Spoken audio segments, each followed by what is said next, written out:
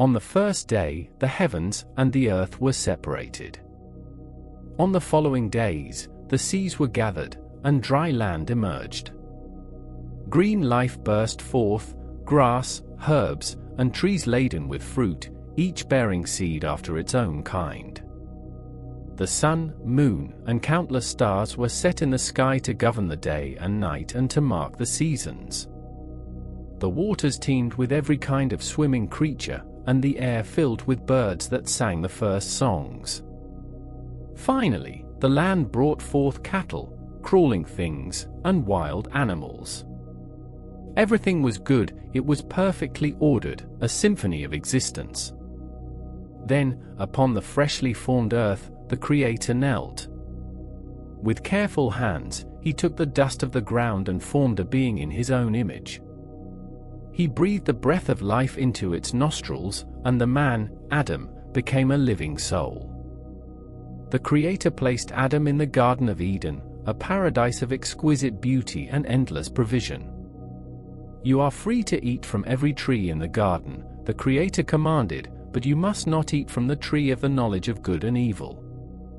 For in the day you eat of it, you shall surely die." Adam named the animals and walked in stewardship over the perfect world, yet he was alone. A deep sleep fell upon him, and from his side, the Creator fashioned a partner, a helper, bone of his bones and flesh of his flesh, Eve. When Adam woke and beheld her, he knew true companionship for the first time. They were naked and felt no shame. The world waited, bathed in the light of its first morning. The Garden of Eden was perfection, a place where the sun was always gentle and the air smelled of eternal spring.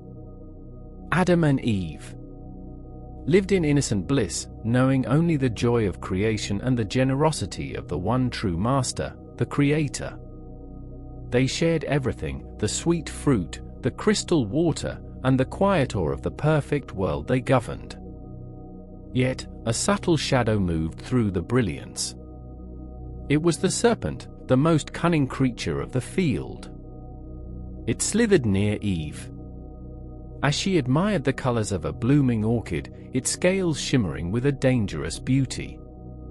"Did the Creator really say you must not eat from any tree in the garden?" the serpent hissed, its voice smooth and low, twisting the words of the commandment.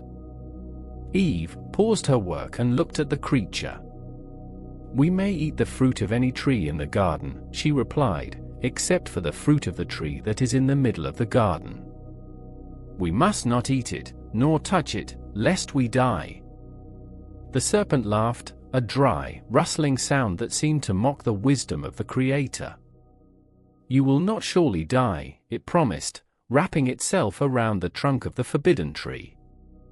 "The Creator knows that when you eat of it, your eyes will be opened, and you will be like Him, knowing good and evil." The dark, crimson fruit of the forbidden tree suddenly seemed irresistible. It looked beautiful, and the promise of hidden knowledge was intoxicating. Eve saw that the tree was good for food, a delight to the eyes, and desirable to make one wise. She reached out her hand and took the dark, crimson fruit. The moment the sweet sour pulp touched her tongue, the promised knowledge flooded her. It was not the pure, radiant wisdom of the Creator, but a sharp, painful awareness, the knowledge of nakedness, of fault, and of fear. She immediately found Adam nearby, working among the flowers. His deep forest green eyes looked up to meet hers, full of innocent concern. She offered him the fruit, her voice trembling with the weight of her new wisdom. "Eat this," she urged him. "It will make you wise, like the Creator." Though he saw the fear clouding her large, bright sky-blue eyes and recognized the dark, forbidden fruit, he loved Eve more than the command. He took the fruit and ate. In that instant, the world tilted. The gentle, universal light of the Creator did not vanish, but for them, it was suddenly filtered, harsh, and revealing. They were filled not with godlike knowledge, but with shame. They saw their bodies and knew they were exposed. Frantically, they gathered the large, broad leaves of a fig tree and awkwardly sewed them together to make coverings. As the cool, evening breeze began to stir the garden, they heard the unmistakable sound, the walking of the Creator in the garden. The familiar sound, once a comfort, was now a summons to judgment. Filled with terror, Adam and Eve hid themselves among the thickest trees of Eden. The voice of the Creator pierced the silence of the garden, deep and resonant. "Where are you?" From the trembling depths of the foliage, Adam answered, his voice small and muffled. "I heard your walking in the garden, and I was afraid because I was exposed, and I hid myself." The Creator's response was not wrathful, but a statement of truth that resonated with sorrow. "Who told you that you were exposed? Have you eaten from the tree of which I commanded you not to eat?" Immediately, Adam shifted the blame. He stepped out, his tall, strong physique awkwardly covered by the rough fig leaves, his deep forest green eyes avoiding the Creator. "Eve, the one you gave to be with me, she gave me fruit from the tree, and I ate." When the Creator turned toward Eve, she, in turn, cast the blame upon the serpent.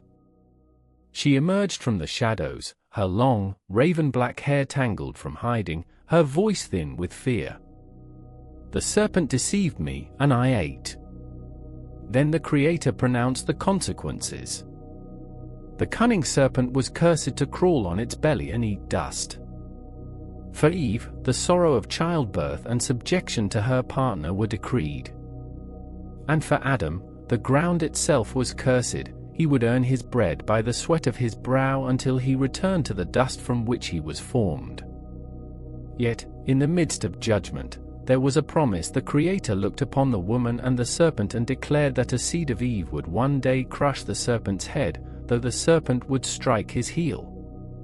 Before banishing them, the Creator, showing immense mercy, replaced their insufficient fig leaf coverings.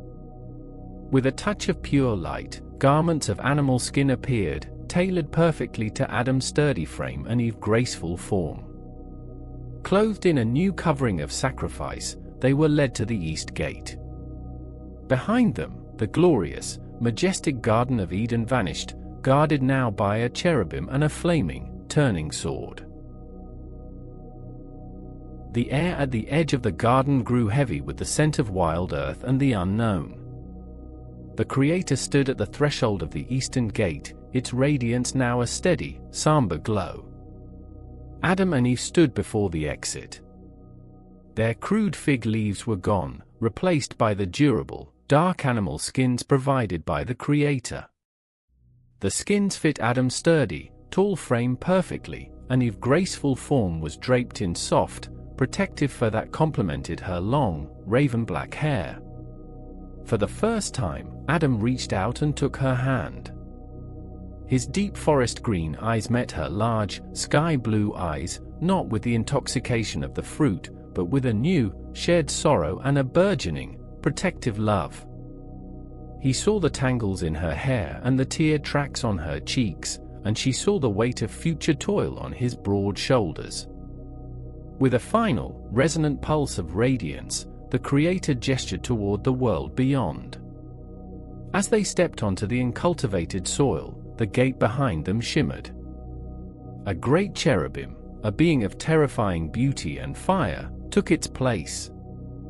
The flaming sword ignited, turning every way to guard the path to the tree of life. They walked until the golden glow of the garden was but a sliver on the horizon. The sun began to set, a real, fiery sunset that they had never known inside the constant brilliance of the garden. Under the first stars, Adam and Eve sat together. The ground was hard, and the evening was cold, but the promise of the seed who would one day crush the serpent remained a small, flickering light in their hearts.